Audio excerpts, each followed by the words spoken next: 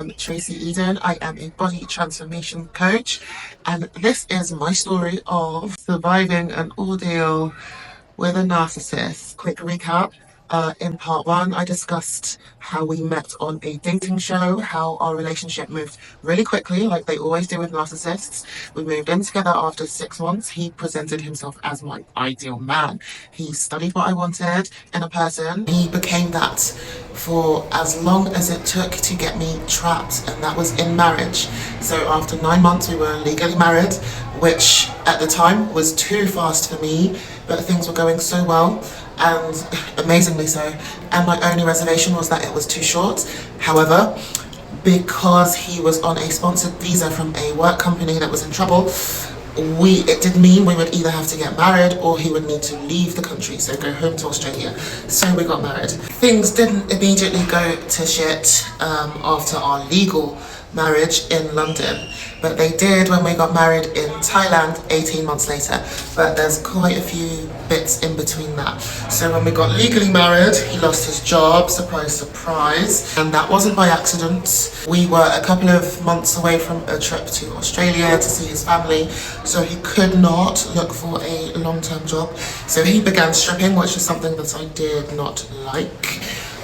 Things were a little bit rocky between us when we got to Australia, but the time away with his family, things were right again. We spent more time together, and yeah, things were back to the love bombing stage, which is what narcissists do when they think you're about to pull away. And also, we were in that time frame where I could have annulled our marriage, and he wanted to keep me sweet. He proposes to me, does a big proposal in Australia over Christmas. We plan our wedding, which is 18 months down the line. In between that time, he's still struggling to find a job.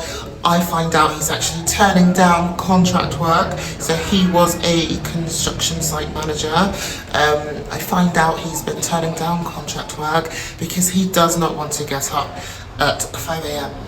to start work. So yeah, the cracks are beginning to crackle. From here he begins OnlyFans. This is all going on against the backdrop of me working a very stressful corporate job as head of communications for a government body, also building our coaching business part-time whilst Nick is at home. He's also working on our coaching business, but his side of the business is struggling. The house is a mess. He starts picking on me for that reason, even though I'm working 70-hour weeks at this point, sometimes 90, and I've got a massive commute from Birmingham home to our London office, which is an hour and a half away, just on the train, so not even door to door. He begins OnlyFans while I'm away and performing very lewd sex acts for gay men. You can imagine, yeah, I don't need to go into detail, you can imagine what he's doing to his bottom half. Things are stressful at work, but we only have my income. We're trying for a baby. Again, adding a lot of stress. I am emotional, distressed, but what's keeping me going is that business is building and improving, and we both plan to use my maternity leave when I do get pregnant to finally get into the position where we're both financially secure on our private business and I can leave after my paid maternity leave. So in Europe, it's a year. For the American audience, it doesn't happen. I do lots of ovulation tests. I find I'm not ovulating, which is really weird. You get that if you have a medical condition or you're on birth control. So the doctors run loads of tests on me. They can't find anything. Nick misses his fertility tests. The next one we have scheduled is when we get back from our proper wedding, which is in Thailand. And that's when shit really starts to hit the fan. All of our friends and family come out to Thailand to see us get married, and from there it's a huge anticlimax. He switches on me like this. It's like, I've got you trapped. We've been legally married long enough now for me to show my true colours. On a jet ski, knowing that I can't swim and I'm scared of open water, he throws me off the jet ski and watches me struggle with a smile on his face, watching me nearly drown. And it's only when his dad and uncle or cousin, I'm not sure which, when I hear them zooming back to where we are, because they're miles away, and they can hear me struggling while he's there, smiling, that disgusting smile that he always has. And they tell him to rescue me, and that's when he does. and I should have seen from then, because I was having nightmares from that moment on, because you know when there's just a disconnect between your heart and your mind, because you think, who would actually do that? But my nervous system, everything was telling me, like, something's not right here, and that's the reason I started getting insomnia, flashbacks, the start of PTSD. Trying to keep this recap quick, but a lot happens. Here we get back to Birmingham, and he tells me he does not want to have children. He never wanted to have children. The only reason he told me he wanted to have children is because I wouldn't have married him otherwise. So obviously, the marriage at any cost was the main goal. He was willing to waste my whole fertility just to get himself a visa. Bear in mind, I did freeze my eggs after, so I preserved my fertility should I want it in the future. But yeah, pretty dark stuff. So we break up after a failed attempt at marriage counselling therapy, because he did not show up, which was great for me because I needed the therapy to cope with what I'd been going through.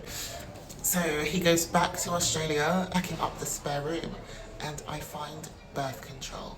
So this guy was spiking my drinks with birth control. The only kind thing he would do for me every morning was to make me a cup of coffee. So there's a lot to parts 1, 2 and 3. If you haven't seen it, I'll put all the links below. But let's kick off with part 4, because here is where narcissists really shine. It's in the breakup. So we're going to cover stalking, smearing my name to friends, family, clients, trying to destroy my business, threatening guys that want to date me, so I've got the receipts of this, befriending guys that he thinks I might be interested in, all in an attempt to keep me alone.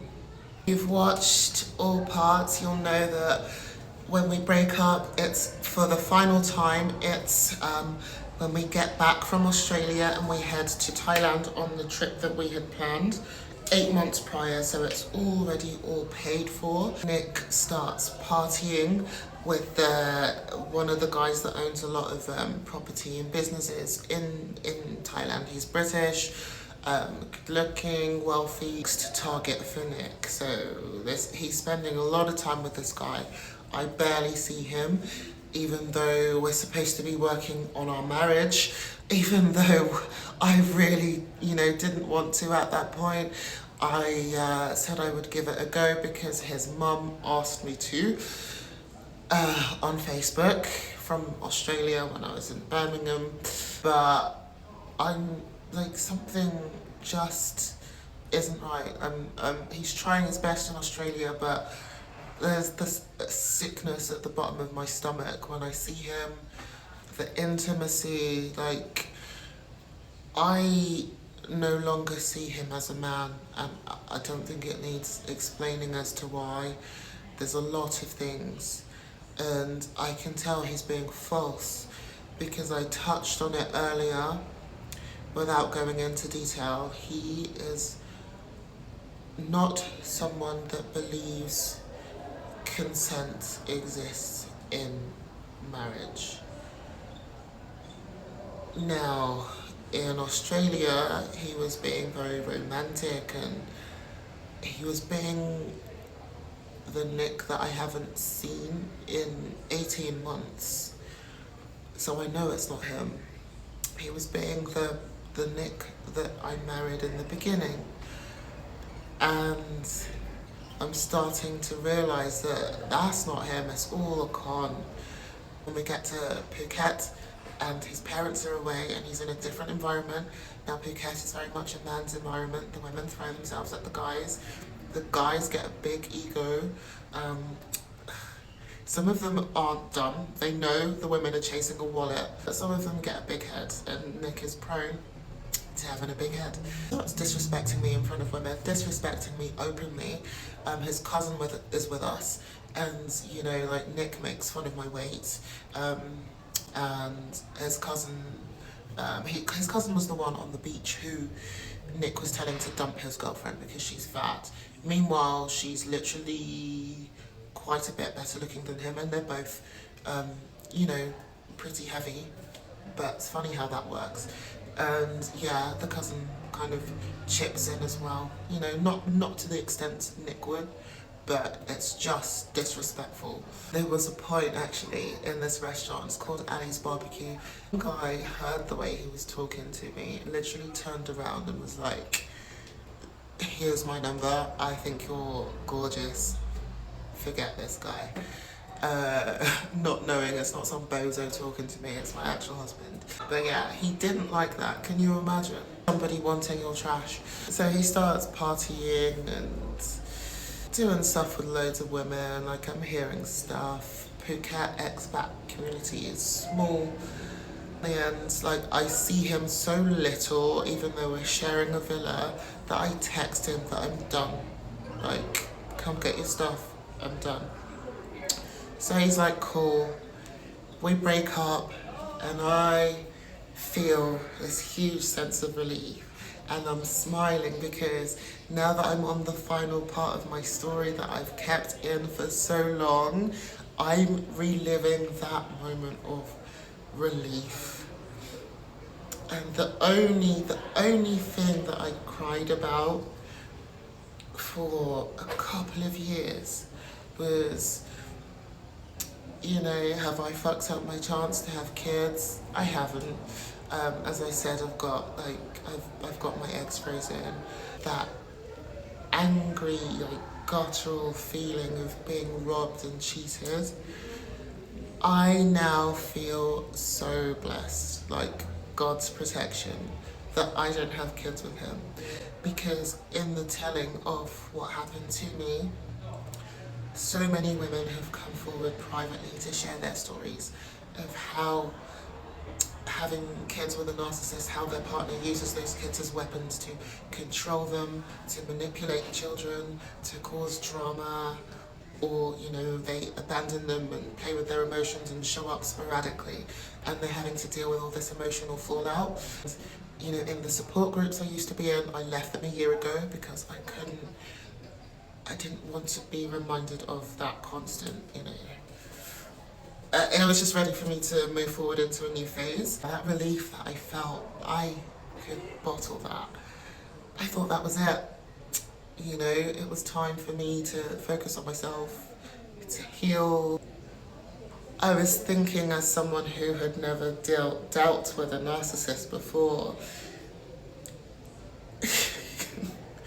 there is no way to get from out of their control unless you block them from everything and move. So he was so interested in chasing these Thai girls that I thought I was home and dry, scot-free, like. So let's start with the stalking. So the part of Phuket where we live is Fitness Street. It's very incestuous and loads of drama, and everyone's sleeping with everyone. Except for me, I'm not within that. Now he obviously is a frequent visitor and he knows the vibe, so he warns all the fighters, like, not to try it on with me, not to get with me, blah blah blah. I find this out from one of my guy friends that I've kind of just met about 3 months in. None of these guys I like or I'm interested in. At this point, I just want to focus on myself. So I'm working out twice a day, I'm getting in 10,000 steps, we're in lockdown. The whole area is like super quiet, so I'm taking the opportunity to focus on myself. So I find that alarming, but at the same time, there's nobody that I want to date anyway. And I'm thinking lockdown is just going to be a couple of weeks. We're in the second month now. I'm thinking it's not going to be that long. Once I feel more myself, I get my confidence back, then I will explore more of Thailand and then we'll see. The irony being he was so focused on all of these new guys that I'm interacting with, and he should have been focused with his actual friends, because people who are fake, people who are snakes, they tend to have a circle who are exactly the same, and they know you have a loyal, a devoted, smart wife who's newly single and hasn't been touched for years. Meanwhile, in contrast, everyone on the soy has been with everyone, and there's always a need, shall we say, for fresh meat. So people see it as a fresh challenge. So it's not a case of being, what is that, attractive or whatever. It's more of a case of, I want that conquest first. And then you're telling all these new guys not to touch me. Stupid. So with the money that he's stolen from our account, which he did not contribute to, the 15k, he begins balling in Thailand, trying to get all of these women around him, and it's very easy and very cheap to purchase girlfriends. And everywhere I go, he is following me with this one particular girl called Julie, who incidentally left him when my money ran out to go with someone who actually has money, so but they'd be in the coffee shop outside my house, which is a 15-minute drive from where he was staying. They would crawl by the CrossFit class that I was at, salsa dancing. This guy doesn't dance, not interested in it. They just sit there, give me dirty looks. It was pretty intimidating. And then he messages me because I've got him blocked on everything apart from WhatsApp. Because we're still kind of sorting out logistics, like we have our stuff in storage, business stuff to separate the finances, all of that shit. Contacts me on WhatsApp. And at this time I know he's got fake accounts following me on Instagram, because I'm getting abusive messages calling me ugly, a liar, fat, why are you out again, you look like a dog. I never had messages like that before. Stupid bitch was one that I had on Facebook, in my comments, and all of these accounts were less than a week old. He decides that he wants his scales back, his weight scales. And obviously in Thailand, it's hard to get digital weight scales. He's got a bike, I can't drive. I'm on competition prep, so I need to weigh myself every 3 days on my coach. He's not on any diet at all. He is drinking, partying, barely working out. I'm preparing for a really big competition, one of the biggest competitions of my life at that point. So he doesn't need them. They cost 10 euros, so they're not expensive. It's outside my house for nearly 4 hours, 23 missed calls for these scales, which he claims I've stolen his property and will not leave until he sees me. This is not normal behaviour for 10 euro scales that are easily replaceable. The only reason he leaves is because I call my friend Erica to come get me. And I know one thing about his level of narcissism is that it's only shown in private. So knowing that seeing my friend and having a witness will get him running. And meanwhile, he's still balling on what the little left that he stole from the accounts, and pretending that he's a big success to the people in Thailand that don't know him better, and that I'm broke and I'm after him for his money. Can you imagine? If you've watched parts 1, 2 and 3, you'll know that that is cray cray. But people buy into this shit, especially if they don't know us. But Nick is one of those people that you might fall for his spiel initially, but you spend enough time around him and it'll unravel. This is what I'm dealing with, is that people in our community think I am a bitter, money-grabbing woman that can't let go of her ex and is bitter that we didn't have children together. None of this is true. It's actually so hurtful because he's gone for the things that are grossly false, but also hearing them knows will promote an emotional reaction, which is exactly what he wants because it makes me look crazy. Now I know this, but it still hurts.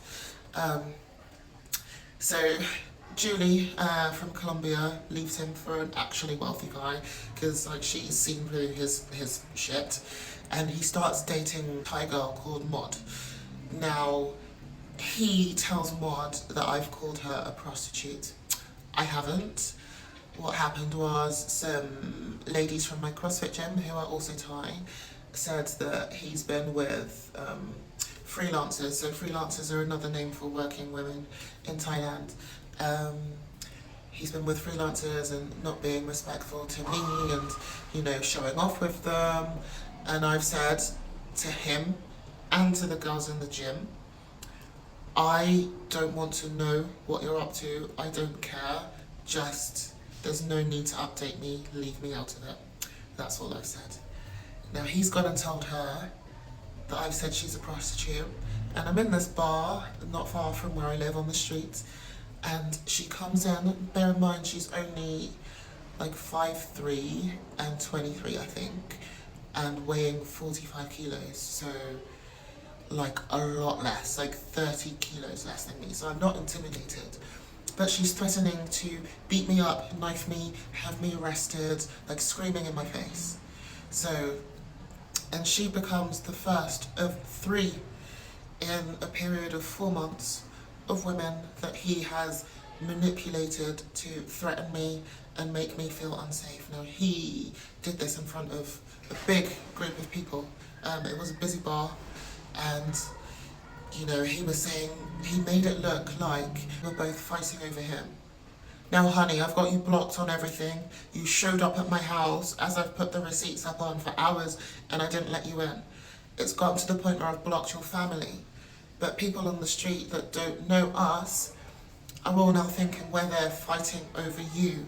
You, who looks like an avocado moulding in the sun. You know when men are weak, right? They only do this much damage, right? Only this much damage, 6 people. But every single one of those weak motherfuckers, they didn't get that. They attacked me first. I retaliated. Point where he's now Mr. Popularity, splashing cash to people on the street who, a lot of them have come for Muay Thai training, or they're backpackers, or they're on a very tight budget, so they're obviously drawn to his generosity because he does love to be the guy. And there's times where I have to walk past groups of them because they are congregated in businesses like the cafe across the street where I live, places where they don't need to be, but he's deliberately following me in groups of people just so that when I walk past, he can get them all to laugh. Like, at this point, begin to isolate. Now, I do have a small group of friends and I like to keep it that way because, as you can imagine, talking about what's gone on prior to us moving to Thailand and the current situation is incredibly difficult for me. It's not something anyone can comprehend unless they've been through similar, so I start shutting down and isolating completely. Then at the same time, he's smearing me online. We have a ton of mutual friends, so a lot of them are actually through the bodybuilding world, the competitive world, so you can imagine they are either clients or potential clients. And it got to the point where 3 of them left, which is not a big number considering, and actually it's a relief because those 3 were pretty draining. They sucked up to him big time, so I'm glad they've gone. Dent to my income at a time where he had drained my resources and stolen our savings. Spending cash like water because obviously he didn't earn it, and he has a whole plan to scam this wealthy gym owner for a lot of money. This guy's already kind of sponsoring his businesses, shouting his businesses out, and he thinks he has him on the hook. Now this guy also happens to be absolutely nuts, does not have the best reputation with women, and I've always known that. He's also incredibly attractive. And one time I go to a bar and he's there, and we just kept locking eyes. And even though he is loyal to Nick within reason, he does make a move on me, and we do start seeing each other.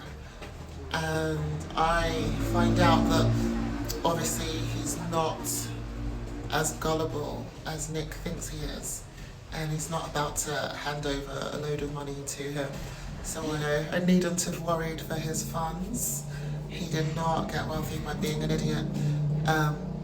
So I know that Nick's plan to scam him out of money is not going to go anywhere, and that he's spending my cash on buying friends and influence with no backup. Not that he knows that. So that does bring me some relief. So after about 7 months, I finally had enough of being talked about, pointed at, having to hide who I'm dating, just feeling like I'm still living under control of this guy. So I moved to Pattaya because I know he hate Pattaya. It's not got the best reputation. It's very much a place for transactional relationships, shall we say.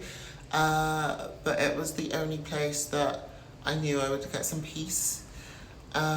It's got a great fitness scene, the gyms are fantastic, and at that point, that's all I wanted. We're in lockdown, it's a 14-hour drive, perfect location for me to get away. So I do, I start meeting new friends, I'm coming out of my shell, like I'm starting to build confidence with building things up again to do with my business, like social media. Obviously I work online and I've been neglecting my social media accounts for so long, like over a year, just from the sheer lack of confidence in what I've been going through secretly. So I start all of that again. I'm surrounded by people who are kind of a lot of influencers, and even though that's a really fake environment, I needed that motivation to focus on my own business more. And I'm growing in happiness, finances are growing back up, like everything is beautiful. Just a freedom that I haven't tasted in a long time. I start dating this guy who I'm still friends with today. We have a lovely relationship as friends now. We are far apart, but yeah, things are starting to come together again. I've now been in Pattaya for 4 months and we're still in lockdown, so I feel safe, relaxed. And what do I see one day when I go to the gym but Nick? So he's used his one of his fake accounts to track down where I'm at, because I never tag where I am, but I'm in a couple of videos with Tony Huge, who is a big bodybuilding influencer who Nick follows religiously. So he's figured out from there where I am. But I never thought he would make the drive, because he's been living his best life, getting younger, hotter women. But yeah, there he is. I walk in and he says casually, "Hi Tracy, I've been waiting for you. As if I want to see you. You are the last fucking..." With the help of my friends, checking the gym for me before I arrive, I managed to avoid him the entire time he's there. So he's there for a few weeks, avoid him. We're now 5 or 6 months into my stay at Pattaya. The guy I'm dating has a few issues, so goes to some... Oh, I don't want to get into his issues. He goes to a separate island away from bad influences. His friends are quite a debauched group. I'm casually seeing someone else. He's in my Instagram stories a couple of times, but in no way romantically at all. Like, we're just working out together. Obviously, using his fake account, Nick has seen him. He's a big, muscular, blonde guy, kind of what Nick used to look like before he hit the wall. So Nick comes back and befriends the guy, and I told this guy he's going to become your best friend and start asking questions about me. Sorry, please don't tell him anything. And this guy was like, that's crazy, like, don't be paranoid, blah, blah, blah. Lo and behold, he becomes his best friend, and they're still friends to this day. And this is him. I'm going to put the screenshot asking him about me. So even though I met this guy a year after I broke up with Nick, he still asked him if we slept together. And when the guy said no, Nick asked his friend, who I've never met, but like this other guy, I'm not putting names on here, and if you're reading the screenshot, they are from Europe, but their first language is not English, so just explaining the language there. Asked his friend if he was sleeping with me and shows him a picture, and obviously this guy, the guy's friend, tells this guy I was seeing casually what happened, and he thought it was a bit weird, but you know, he thought he was just being extra short. Because it's kind of crazy how people who have never dealt with Stalking, harassment, they'll have an excuse or a reason for any behaviour, but someone who understands that this isn't normal would see that and alarm bells, red flags would run off. Not these guys, so I avoid like the plague. This is carried on to the last person I was in a relationship with, receiving compromising texts and pictures of me, and you don't want to see your current girlfriend in pictures with their ex. So yeah, as you can imagine, I very much keep my love life completely private for this reason, because it's a lot to explain. I would have to explain the whole context, and I've never been able to do that until today. So I'm putting everything out there so that I don't need to relive this whole thing again. It's going completely dark on my love life and keeping my social media strictly, strictly business only. No issues, drama free. I mean, it's no way to live, but it is better than either having to explain or just living under that fear. And to be honest, that fear is gone. The way I see it, if I explain my history to someone that I'm dating and they run a mile, then that's just saving me time. That is the shortest version of the craziness that happened to me. I'm still very much cautious. I'm cautious of relationships, whether they are friendships or in a romantic sense. I'm fierce about my privacy, but I feel so much more informed. I'm able to spot the red flags so quickly. It's like a sixth sense, and I've always had that sense. It just manifests sometimes as butterflies in your stomach, and you read that as love, and it's not. So that's all I wanted to say on the matter. Please feel free to shoot me any questions.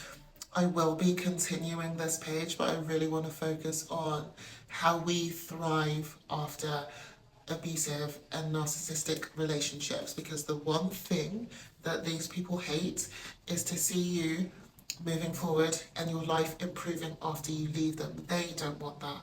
They want you in misery. So I want to take this experience and turn it into an absolute positive.